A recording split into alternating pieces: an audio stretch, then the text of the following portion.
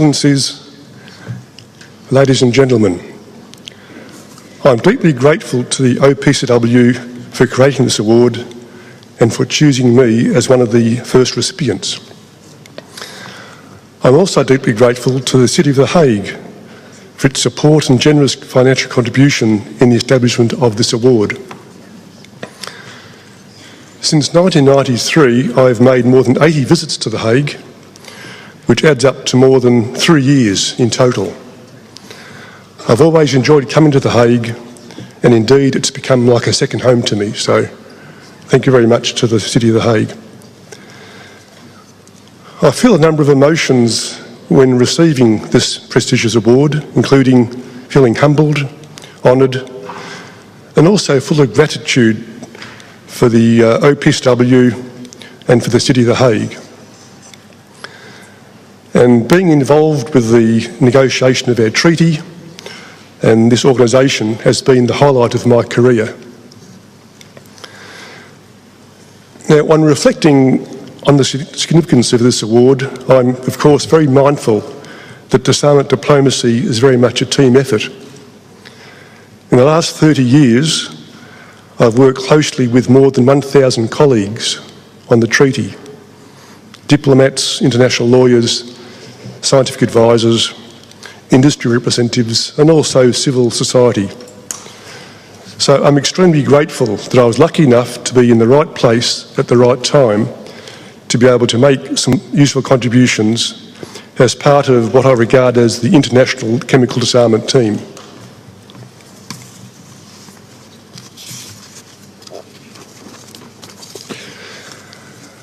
I will discuss our team effort in more detail in a moment, but first of all, I'd like to share some history with you, some ancient history. As a schoolboy, I was very interested in international affairs and also science. At that stage, I wanted to work as work in chemical industry when I grew up. But several years later, in my early career as a defence scientist, I became totally absorbed by mass spectrometry. I think also Paula's problem as well. Mass spectrometry, the detection and analysis of toxic chemicals, and protection against chemical warfare agents. From time to time, I also worked as a consultant with chemical industry. And my initial plan at that stage was to spend my whole career as a laboratory research scientist. But things changed in 1984, which was really a critical turning point in my career.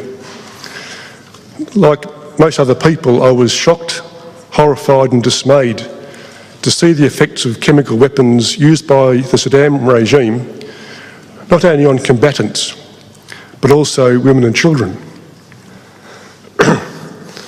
I then resolved to use my scientific knowledge and experience to help the international community to work towards a world free of chemical weapons.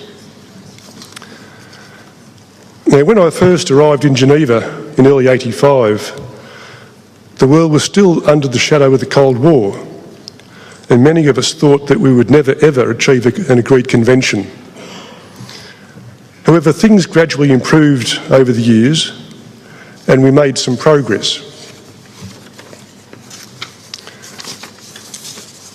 And in this process, I'm very grateful that I was involved as a member of the various Australian teams.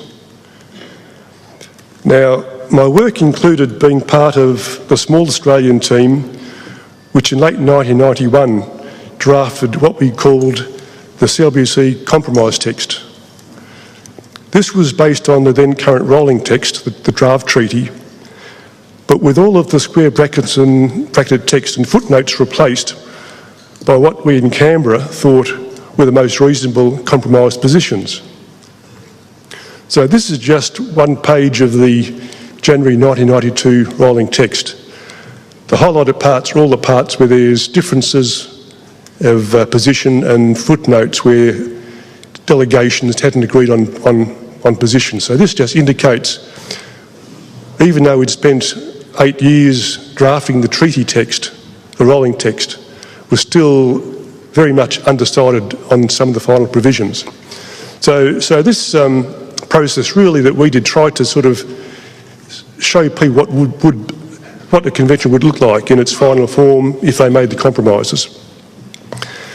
Anyway, so this document, which was called CD 1143, was presented to the Conference on Disarmament in Geneva in March 1992 and was widely regarded as very useful in helping to conclude the convention, which happened in September 92. Now, in 1993, the CLBC process moved to The Hague for the Preparatory Commission. And in 1997, we had an operational convention. Once again, I've been part of a great team effort. And this includes my participation in the Scientific Advisory Board for several years and also various temporary working groups. And in undertaking these activities, I've also worked with some wonderful colleagues from each corner of the world.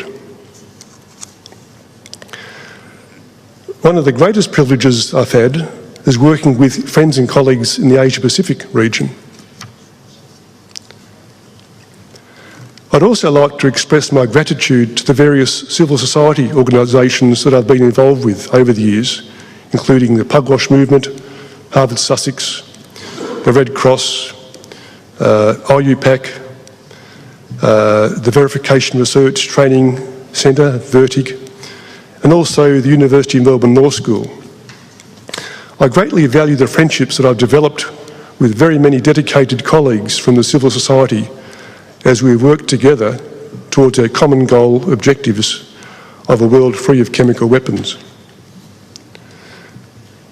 Now, there's no doubt that the world is clearly a much better place and a much safer place as a consequence of our treaty and also the work of the OPCW. But despite the great progress that we've made since 1997, there is still some way to go before the world is entirely free of chemical weapons. And there are still concerns that chemical weapons may still be used, including the threat of terrorists using chemical weapons.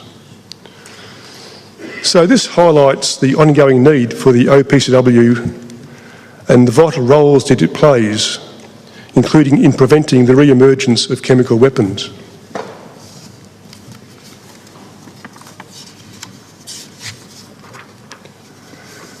And we live in a changing world, and these changes in the last few decades have included our changing security environment, from post-Cold War, post-9/11, the increased globalisation of chemical industry, and rather dramatic discoveries and developments in science, including convergence of chemistry and biology.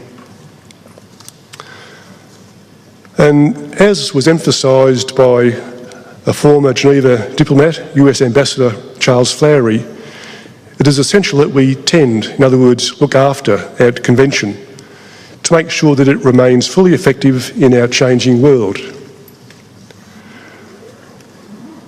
Now, as I've already mentioned, I estimate that I've worked closely with at least 1,000 dedicated colleagues. And the award I'm receiving today really was only possible because of our combined efforts over many years.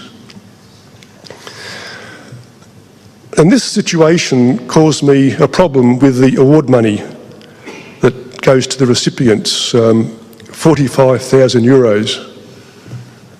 I thought, well, what should I do with this money?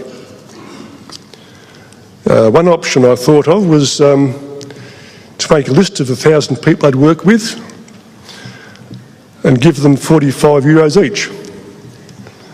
I thought that seemed fair, but it would have been a terrible administrative task to do that. The other option I thought would be to use the prize money to support our shared disarmament objectives in a way that I'm sure that all of the people I've worked with over the years would agree with. So I've chosen the latter option, and I'm asking our Director General to arrange for the €45,000 prize money pardon me, that I would have received for this award today to be transferred to the OPCW Chemical Weapons Victim Voluntary Fund. So once again, I'd like to thank the OPSW and City of The Hague for this award. I'd like to thank everybody for being so patient with my rather long 5 minutes. Thank you very much.